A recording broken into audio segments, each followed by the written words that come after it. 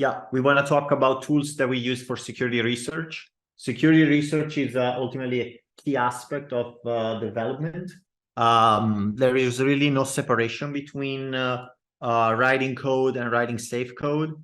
You can look at it as kind of the second step of your development process. However, if you do that, you're going to end up, being blindsided because you're going to end up writing some code. You're not going to know if it's safe or exploitable. And ultimately, you're going to have to pay a lot of money in audits, etc., which you ultimately will always have to do in terms of due diligence. But at the same time, the more familiar we are with the security process and some of the tools that I'm going to go over, the more likely you are not to write exploits or to avoid them in general. So the goal of this conversation is, first of all, I want to kind of have a workshop during this conversation. I'm going to actually use the tools and I'm going to show you how to use them. I expect that you're going to have a lot of issues in installing them. So that's just normal. All of this tech is kind of experimental and it takes some time. So that's something you want to just bear with. And on my end, I already have everything pre-installed so that I can just quickly show you how to use it, give you an intuition for it. You can take a couple notes. And because this is a workshop, I'm basically improvising in the sense that I have some code that I can write, but I would be very happy to write code based on your own requests. So feel free to unmute and ask me specific questions as you have them. The tools that we want to look into are, first of all, some of the more on-chain debugging type stuff. We want to look at the signature database, which is a open source effort by Samsung. Then we want to look at ways to find on-chain fund flows, basically how to track people to see how they got funded, especially when it comes to understanding how hackers got funds. Then we're going to quickly look at tools for bytecode decompilation, which is a way in which you can actually reverse engineer how a smart contract works, even though you have no access to its source. And then the second part of the presentation is going to be more about coding, where we're going to debug actual transaction, as in actual exploits, to help you learn and figure out they work. And then I'm going to show you a few tools. One of them is called Analyzer, and it's a tool that automatically finds bugs for you. And then the last two tools are basically more of the development framework, and I'm going to show you how I use it in the context of security research. So I'm going to kind of show you all my tricks to find vulnerabilities and to kind of understand how code works in a more pragmatic way, while using tools that are a little more conventional.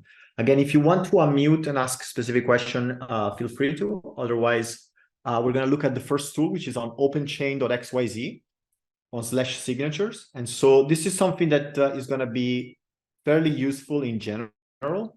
Anytime you deal with let's say you deal with any particular transaction or a contract that is not verified, you can actually just take the signature of it and paste it in the database, and it's gonna find you its signature if it's known, or it's gonna try and give you a guess if it's unknown. I could go and try and do like a experiment. I've already tried, and it's fairly hard because some of the stuff obviously it's not verified. Like an example will be checking out, Jared from Subway, trying to figure out what their function selectors look like. However, if a selector is not in a database, nobody's going to be able to find it. Although we could actually kind of try and reverse engineer this MEV bot source code through the bytecode decompiler, which could be interesting, although obviously it takes a while. And so it will be kind of a thing. So I see a link here on the ZK sync. Yes, I sent an example contract. If we might do something with it to decompile the bytecode or something, that would be. Yeah, so that's something that we can actually do in a moment. At this point, I guess this contract is not verified, so that's something where we would actually want to reverse engineer it. So I'll keep a note and I'll be back there. But ultimately, this is something you want to keep in mind. If we get to the more advanced parts of the workshop that I prepared, we will actually end up using this, because this also helps you figure out custom errors. So it means that if you get weird reverts when you're debugging transactions, you can just paste the error code in here, And sometimes you will actually get some kind of helpful message, and maybe I'll be able to demonstrate it. So this is openchain.xyz, something to keep in mind as you kind of become more of an on-chain sleuth. The next tool is a couple of tools. One of them is called Breadcrumbs, and the other one is called metasleuth.io. They ultimately are tools to track funding of addresses. So here I'm going to show you kind of an address that is a little close to me. It has to do with the Badger DAO exploiter that over 600 days ago stole funds by basically harvesting signatures and then transferring from Badger DAO users. And so what you can do is you can literally get the address and drop it in the Metasleuth tool or on Breadcrumbs here as the Ethereum address. And these tools will basically help you kind of track funds. And it's something that could be useful for a myriad of reasons. An example will be to figure out if a specific individual or a specific person basically you can figure out if multiple wallets belong to the same person, for example, either by checking for funding. You can also look at kind of the time at which the transactions are done. This is where this type of research becomes a little more empirical. But ultimately, I remember doing this exercise in the past, and basically what you're going to see in the case of the Badger DAO exploiter is that the funds lead to Binance, and then the rest of the funds lead to Tornado Cash. And the way that actually works, it's kind of interesting, but because some off-ramps offer non-KYC withdrawals, basically scammers will steal people identities. They will basically just steal their accounts or their identities, and they'll use these accounts as off-ramps until they get banned. And that's basically a strategy for kind of money laundering and the type of stuff. And obviously, if you're not a law enforcement operator, you can only do so much. However, you'd be surprised by the amount of information you can collect if you spend enough time. So this one is Metasleuth. This offers kind of a nicer UI, but I feel like it's a little more limited in the number of queries, whereas Breadcrumbs looks a little worse, but it offers you the ability to basically slowly go over all of these funding sources and figure those out. I may be lagging a little bit. Am I still online? Can you guys hear me? Yes. Yes, we can hear you. Amazing. So these are kind of some of the OSINT tools that you want to keep in mind during your security research. And at this point, this leads us to the bytecode decompilation tool. My own story, actually I have a story around this, but I'll keep it brief for the goal of, we're actually going to try and reverse engineer this contract right here. But basically, you remember that Polygon used to be hot because it used to have token incentives. And there were a bunch of contracts that basically weren't verified. This was an example of one. It was a project called ChiDAO. And so at the time, I had to basically use the decompiled bytecode feature of Etherscan. But turns out this is based on a tool called Panoramics. So this is something that you definitely want to keep in mind. It's called Panoramics. There's another one called Heimdall. It's a little more advanced and I'm not familiar with it. So I prefer to show you something that I can use. But basically Panoramics is as simple as installing it with Python. And then you just drop the bytecode in the terminal and it's going to use a bunch of regular expressions to help you kind of reverse engineer it. So we're going to go into this contract right here. Contract not verified. This looks to be input data. So this is definitely not the contract bytecode. Let's see if we can get the bytecode of this contract. Contract, blah, blah, blah, deployed bytecode. We're going to copy it. We're going to open the terminal. And then we're going to type Panoramics and then paste the bytecode. And okay, so unfortunately, due to I bet this is due to the slight differences between the ZK EVM and the EVM. The tool basically gives up and it tells us that there's a fallback. That's all we're gonna get out of the tool in this case. I'm not exactly sure if there is a tool available today to debug ZK EVM bytecode. So I'm gonna just show you this one that I know is gonna work.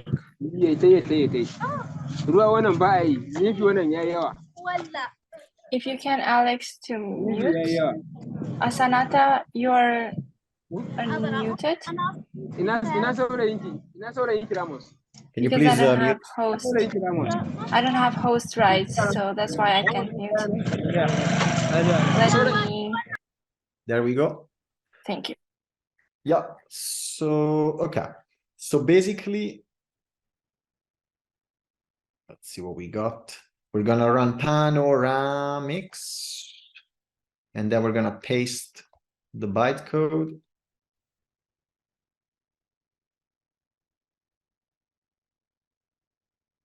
Command line too long. Panoramics space paste enter.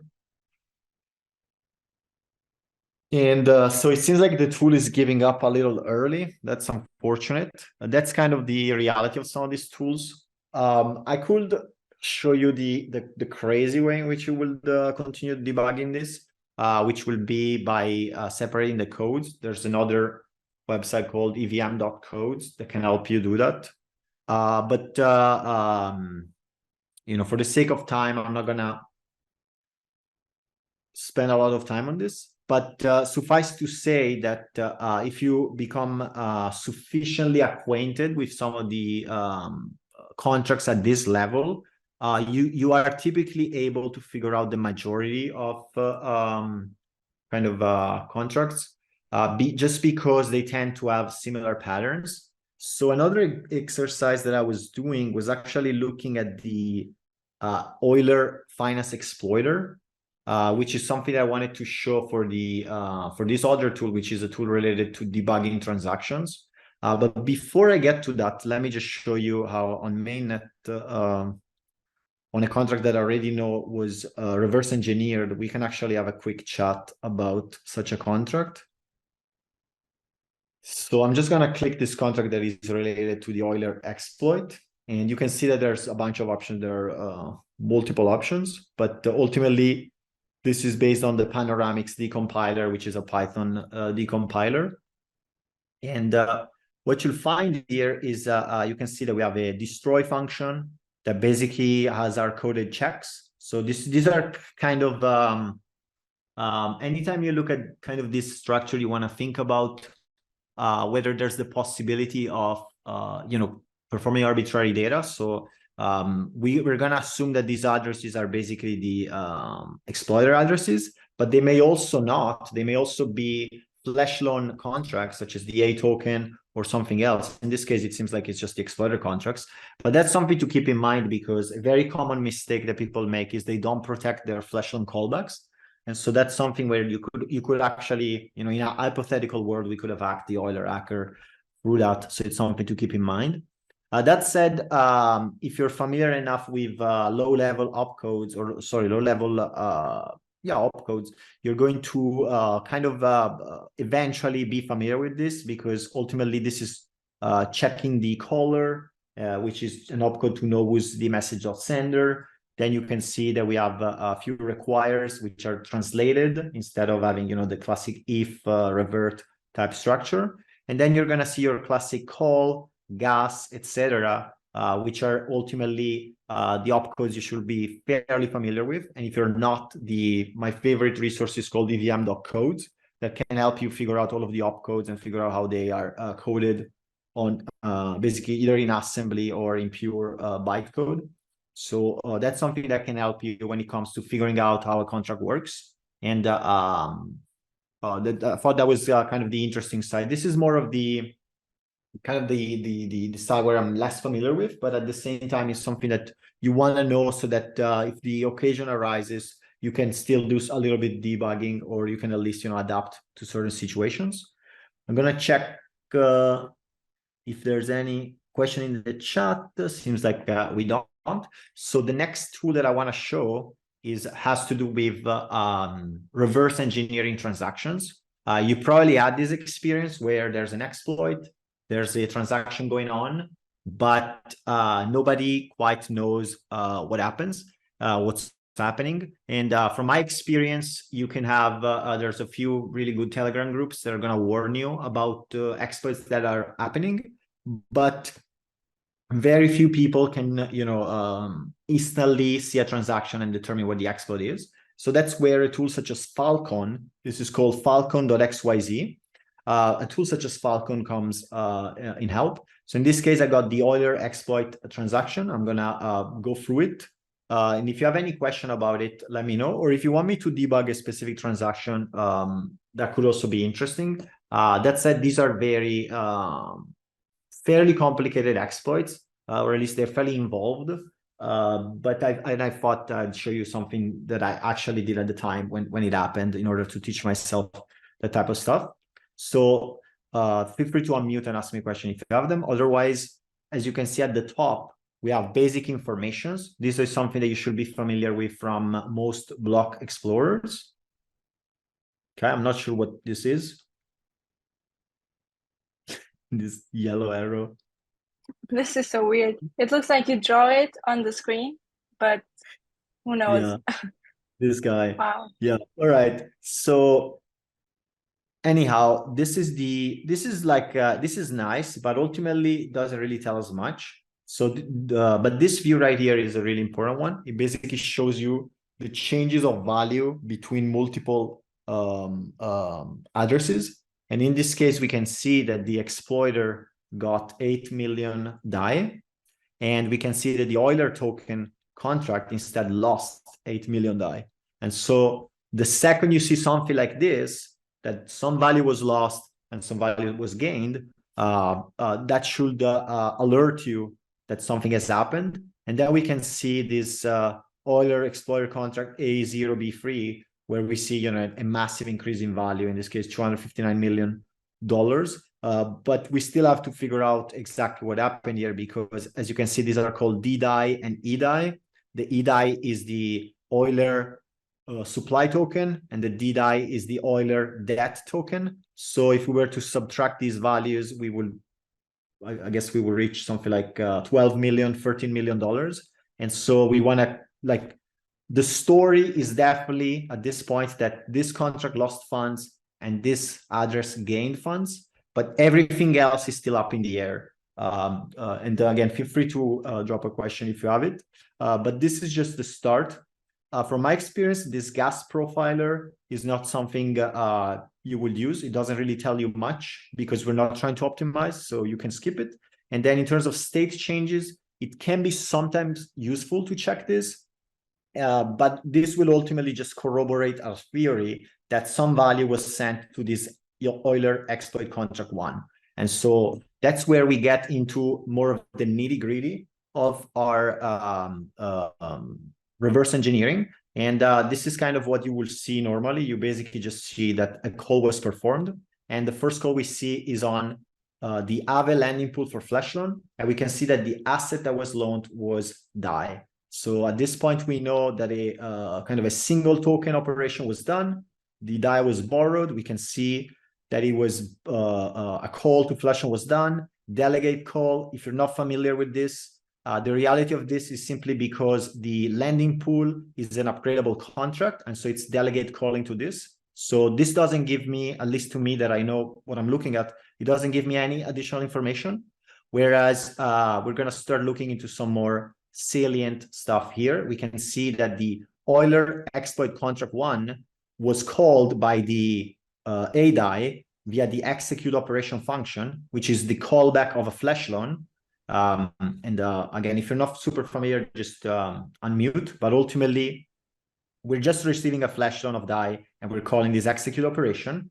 And we can see that the call data is fairly involved. So this kind of gives us an idea that this is where we want to go and look into, and the intuition will be fairly correct. We can see that everything else here is just the result of the flash loan. The reserves are updated, the fees are paid, and so we know at this point that all of the information is going to be here in the third layer of the call. We see that some DAI is approved to the landing pool. This is probably to repay the debt. So that doesn't mean anything. I guess because of the article that was launched recently by the Euler exploiter, this kind of shows us that they are doing the approve as the first thing. I guess this would indicate that they are more of a newer developer, but again, this doesn't give us information in terms of the attack. The attack here becomes more interesting because we see the create opcode. We see that a contract was created here, and we see that another contract was created. And if you notice, you see that this one is called 6C72, whereas this one is called A0B3. So these are two separate contracts. It may be worthwhile opening up Etherscan to check them. As you can see, they have no transactions, but they have some internal transactions. An internal transaction is a transaction that happens within other contract calls. And so seeing this type of operation means that the contract was used, but it wasn't the main call. And that's why it becomes difficult to debug this type of stuff, because we're ultimately 4 layers in terms of call. And we could even go ahead and, decompile the bytecode here and just figure out what exactly this was meant to do. That's another interesting exercise. But as we continue digging deep, we'll see that this contract is created, and then this is another contract that is created, but nothing happens. And so we can keep going in seeing that a call is happening apparently to self. So this contract is basically calling itself to, or rather the exploit contract 1 is actually calling the second contract that was deployed through this function selector. So I'm gonna go back to open chain signatures. Let's see if this can help us a little bit. There's apparently no function selector, so it is what it is, but it was worth giving a shot just to, again, get a little bit of an insight.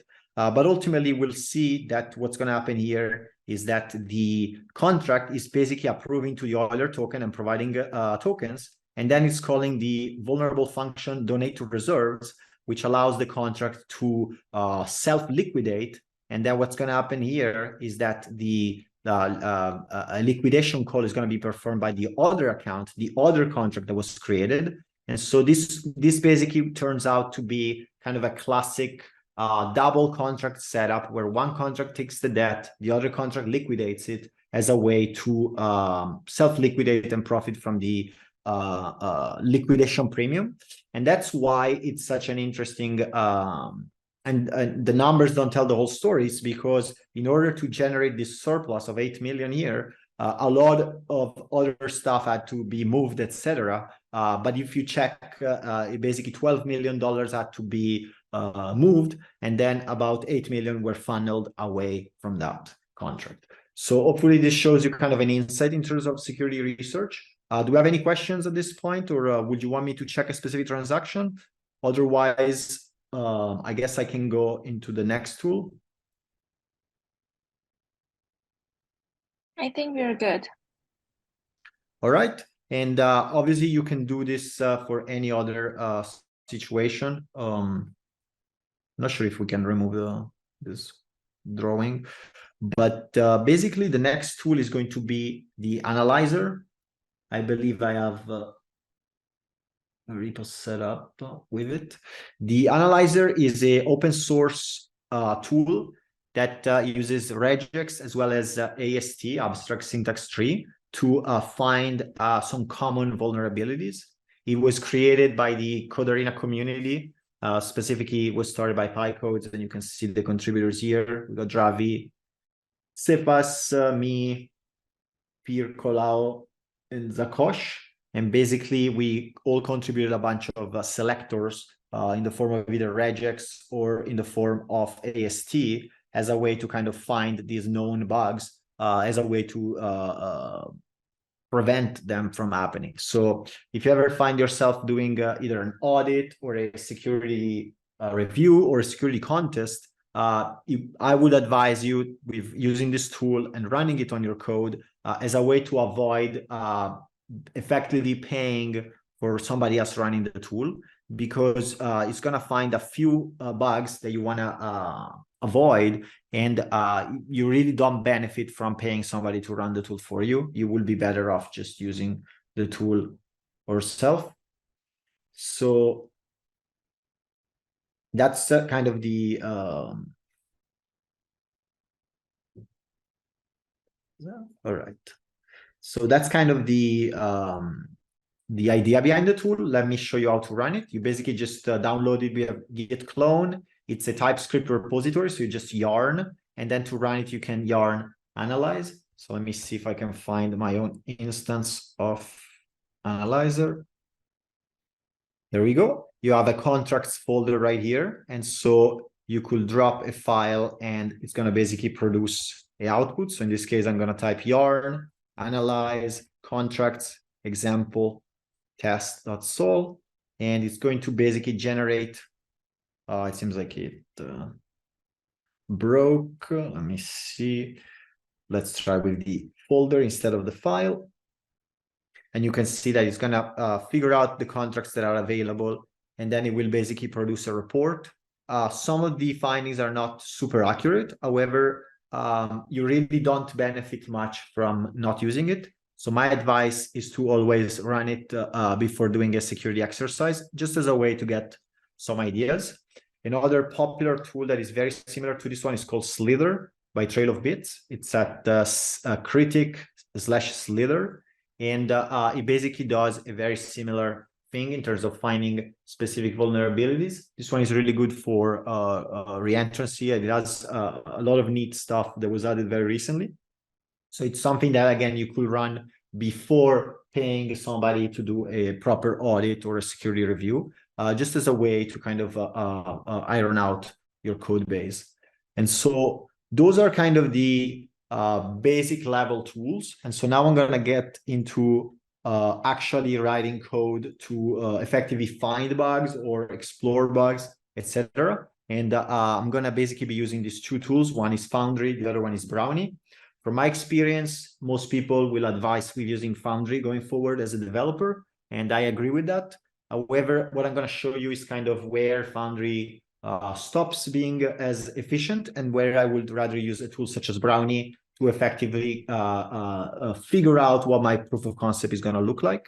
So if you have a specific requirement in terms of coding, it will be interesting to, like, if you give me an idea of something you would want me to write. Otherwise, I'm going to write something really simple, and I'll just show you how to write tests for invariance, because ultimately when it comes to finding bugs, there's there's multiple approaches, and we can talk about the security process for a while, but ultimately we will either find bugs logically, as in we read the code, we find a problem, and we exploit it. So that's one way of doing it. And then the other way is we find ideas around invariance or ideas around values, right? Some of the math may be wrong, etc.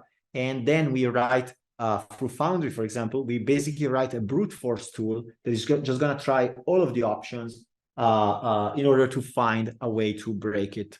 And so I got an example here that is really complicated to explain briefly, but I'm just going to quickly show you what I mean. So in our case, we had to deal with a rebasing token. The classic rebasing token is STIF, which is a liquid stake token.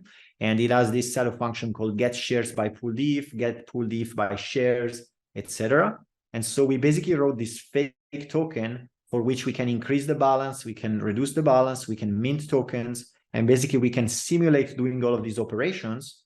And then we added a contract that would receive this token, and it would have to track how these shares are changing and how each person's deposits are handled.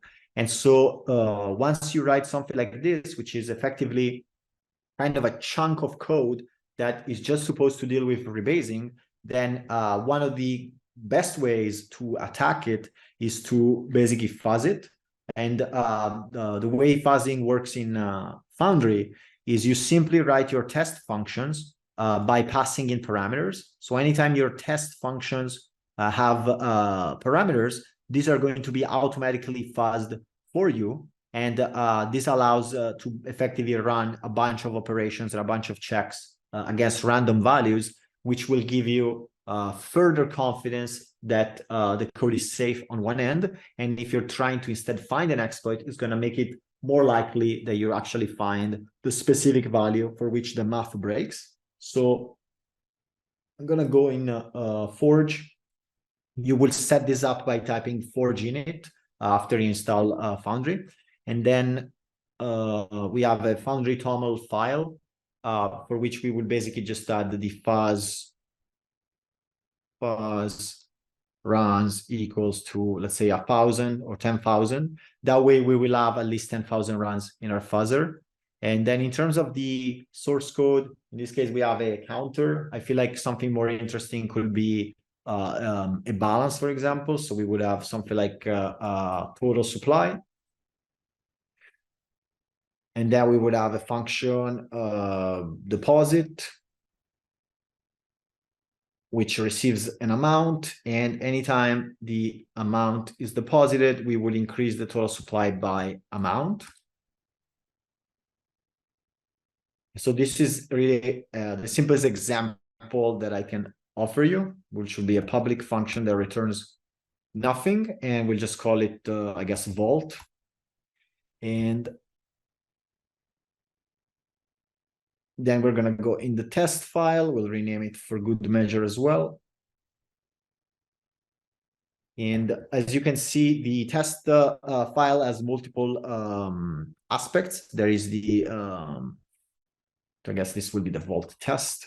And but there's multiple aspects to this. There's a function called setup. There's a function called test increment and another function called test set number. But ultimately, every function called test is a test. It means it's going to be run. The function called setup is run every time before running a test. And so this means that here we can set some of our initial values, and then here we can actually perform the fuzzing. So in this case, I'll just call it the vault, and then I'll deploy it via vault equals new vault. And then I can do a test deposit with a uint6 amount. And hopefully you already know that this is going to revert, because if we deposit, it actually will show you what happens. But let's say I only deposit once, and my test is basically a passing test, as in I just want to see if there's a value for which this breaks.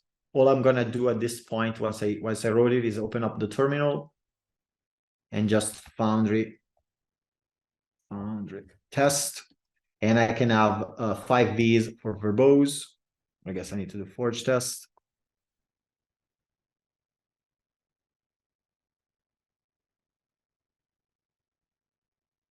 And you basically will see, I probably messed up the name of the setting. I'll grab it real quick. It just runs equals 1,000. So let me just do this and copy it. And let's do 10,000 runs. But ultimately, all we're doing is we're performing multiple runs in which we pass in a bunch of values to see if we can break it. There's something interesting here, which would be if we were to deposit twice, we would actually expect a revert, because if you deposit something close to the maximum value and then you deposit it again, you would actually end up having a revert, which will make sense. So let's see if we get an error. There you go. And in the case of security research, something that is really useful is once you look at a contract, which could be, thousands of lines of code, something that is really useful will be to simply abstract away some of the logic, just chunk it out, take the piece that you actually need, and then you can just fuzz some of that logic to see if there's a way to break it. And this will typically lead you to either really interesting exploits, or it will lead you into trying stuff that you wouldn't normally try, such as, depositing twice or doing the donation attack, this type of operations that could be, they're easy to ignore, but they can also yield results. And so this was kind of a quick demo of how to use Foundry for, to find bugs. Let me know if you have any question. Otherwise, I'll show you a similar reasoning, but on Brownie. So I'll show you basically where I think Foundry breaks. Foundry, the development loop with Foundry is going to be based on tests. So you can set up your tests, and basically you're going to have to go through this feedback of writing some code, making it compile, and then seeing what happens. And something really useful that is going to save you hundreds of hours of time will be to import Forge std console true, which in my opinion should be made a default value or like a default resource. But basically console true is a way to log events in a way that basically doesn't check any type. You can pass it effectively any type except arrays, and that's gonna allow you to I probably mistyped the name. Forge std src console true. I guess I just had to type .sol. But ultimately, what's going to do is it's going to allow you to log out these values. And so that can be really, it could be really helpful just as a way to debug stuff. So I can show you something I was doing today in my own work. Was actually figuring out kind of the results from a swap on balancer. And so instead of, spending either forking the chain or doing a bunch of stuff, I basically just deployed a contract that has the same implementation. And then I just use console true as a way to log this out because it's really quick and it's really easy to set up. And so once you kind of figure out the more complex stuff, I can just pass this to my colleagues and they can basically change a couple of variables and they're going to be able to debug in the console. So that's where Foundry is really convenient. The other aspect is called Chisel. You can type Chisel here. And Chisel is a REPL for Solidity. So I'm not sure how familiar you are with stuff like bit shifting, but for me, it's always fairly complicated to figure out, right? So an example would be to figure out if you bit shift something by 20, or it's actually 8 by 8, was it 8 by 12, if I'm not mistaken? It's a way for you to shift something at the end of a bytes 32. And so it's really difficult to know this unless you actually try it. And so that's where something like Chisel could be helpful, because which you automatically get Chisel when you install Foundry, by the way. But basically, this will help you with kind of the unitary stuff. Whereas the issue with Chisel is you cannot import your vault. Like if I type vault, it doesn't know what it is. And so I could, I guess, paste it here. And maybe it's even going to work, but you can see that we kind of run into this weird scenario where I will just want to try my vault and interact with it locally, and I can't do that. And so that's where the Brownie console comes in, which is more of a Python tool to basically do the same thing we just did with Foundry. But I'm going to show you an example of me having to kind of figure out a specific bug that actually happened. So basically, I was looking into a landing protocol that I wanted to figure out whether they were using the right oracles.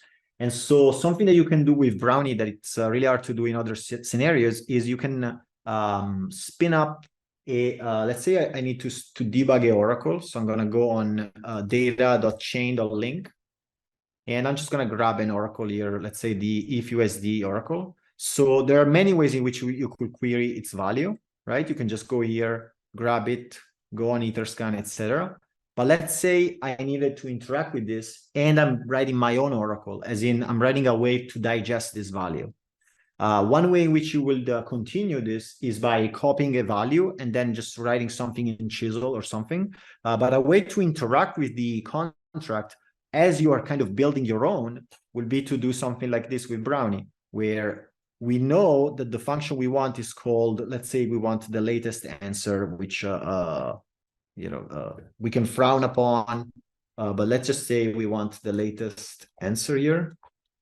And so we literally just grab the function, and just because it's deprecated, I'm going to grab the correct one, which is, what is it, latest, get latest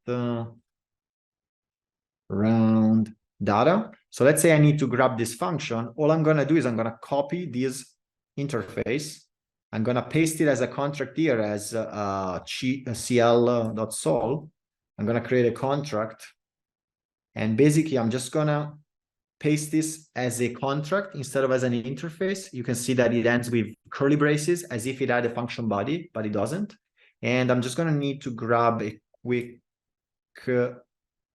pragma solidity because I honestly never remember how to write those. So I'm just going to grab one from here. And we'll use 8.17. So at this point, I basically got the skeleton of a contract.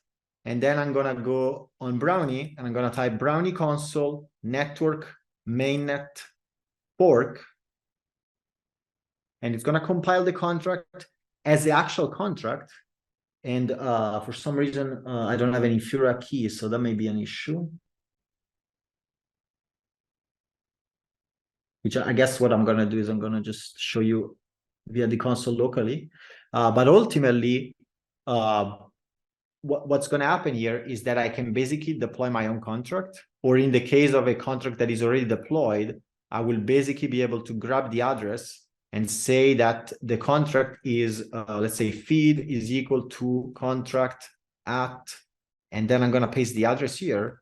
And because we're not on a side chain, or because we didn't fork the chain, because I forgot the provider for some reason, we get an error. But what would actually happen is we could now interact with the contract as if we have written it, or as if we basically kind of have access to it, which could help us in writing our own contract as a way to kind of interact with it as we go. So to give a quick demo here, I could just do feed is equal to cl.deploy.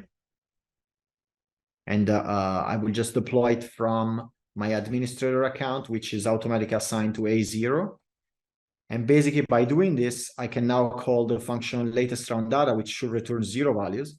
But basically, instead of having to kind of copy paste or hack it into the terminal, I now have access to a terminal that allows me to interact either with forked contracts or with contracts locally. And so that means that even if I don't necessarily know all of a contract or all of a system, I can still interact with it locally as a way to write my own POC. And so that's something that can help you debug very rapidly, because now you don't need to even know, you literally just need to know the interface of the function. You just paste it in a contract, you fork the chain, and you can interact with those contracts locally as a way to kind of build your own integration or build your own proof of concept.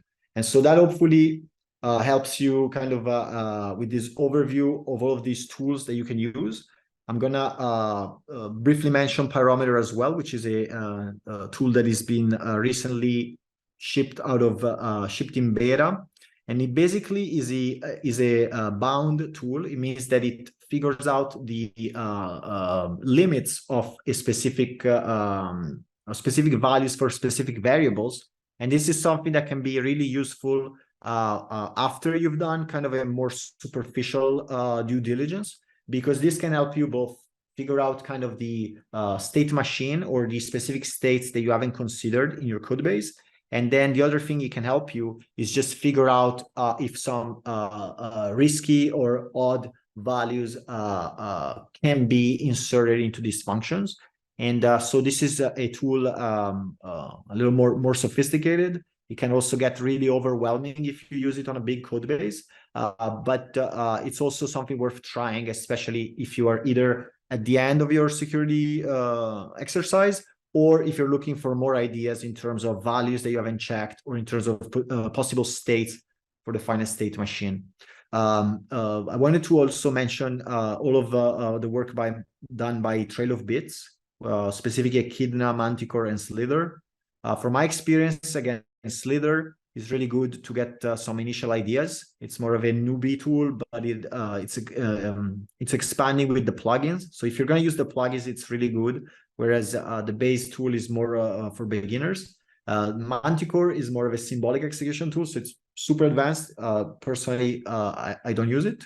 And then when it comes to Echidna, this is something that I've actually used, and it's really useful when it comes to testing invariants through what is called stateful fuzzing, which is the idea that instead of doing separate tests where everything resets, you can actually have tests where previous operations are remembered and then reapplied as a way to go into kind of deeper into the possible combinations or the possible attacks that you can apply to your contracts. So hopefully this is a good kind of overview of a lot of tools that you can use in your security research. Hopefully I gave you some advice there.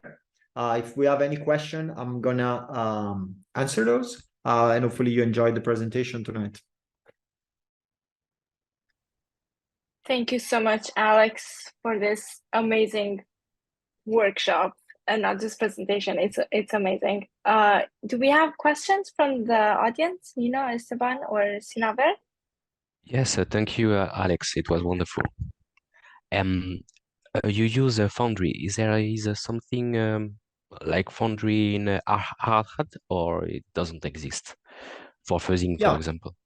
Amazing. That's an amazing question. So you can actually, basically, if you're using Hardhat, there should be a tutorial called Hardhat Foundry. There we go. Hardhat Runner integrating with Foundry here. So basically, you're going to be able to make it work. This is called, you basically just install this plugin, and then you're going to, you should be able to install Foundry in your repo.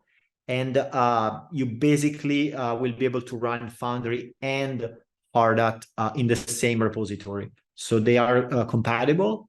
From my experience, newer projects would exclusively use Foundry for development. And when it comes to using Hardhat, from my experience, there are still two specific uses. One of them is for more of an integration test where you need APIs and you need like a more of an end-to-end testing.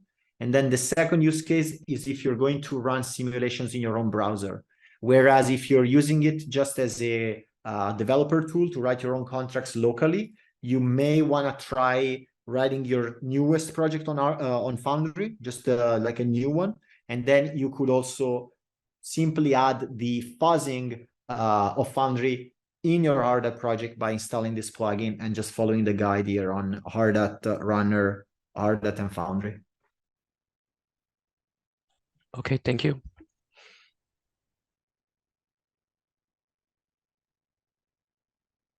Do we have other questions or thoughts, opinions? Thanks for the presentation. Guys, I missed the beginning, so I'll appreciate if you could share the recording. Yes, it's being recorded, and I will share the link that holds all of the workshops into OneDrive. I think, thanks. Yeah, what I will say in terms of starting out is you want to just kind of like, this is like my stack. So I showed you kind of my stack, my idea, but this is basically months, if not years, of doing this. Like I've been at this point, if there's a Twitter about a transaction, an exploit, I'll either understand it instantly, or I'm gonna use the tool that I showed you, the Falcon tool, to debug it. And so you just want to be like, my goal is to let you know that they exist. And then in terms of taking the next step, you just want to pick, like Foundry or Brownie or Hardhat, and you just want to start coding your small project, and you just want to keep it a small scope. And you just want to be mindful that these are things you could be doing in the future as you grow your skill. Amazing advice, Alex. And I just saw from your website that you're also a mentor. So I guess all of your years of experience, this is a gift for us. So happy to have this recorded and to be able to reuse it again and again for everyone, even for myself. But yes, I don't think we have any more questions. Thank you everyone for joining. Thank you, Alex, for your time. And yes, let's keep in touch. Have a great start of the week, everyone. My pleasure. You have an amazing one, guys. Best of luck in the hackathon. Thank you. Goodbye. Goodbye. Thanks, guys. Bye.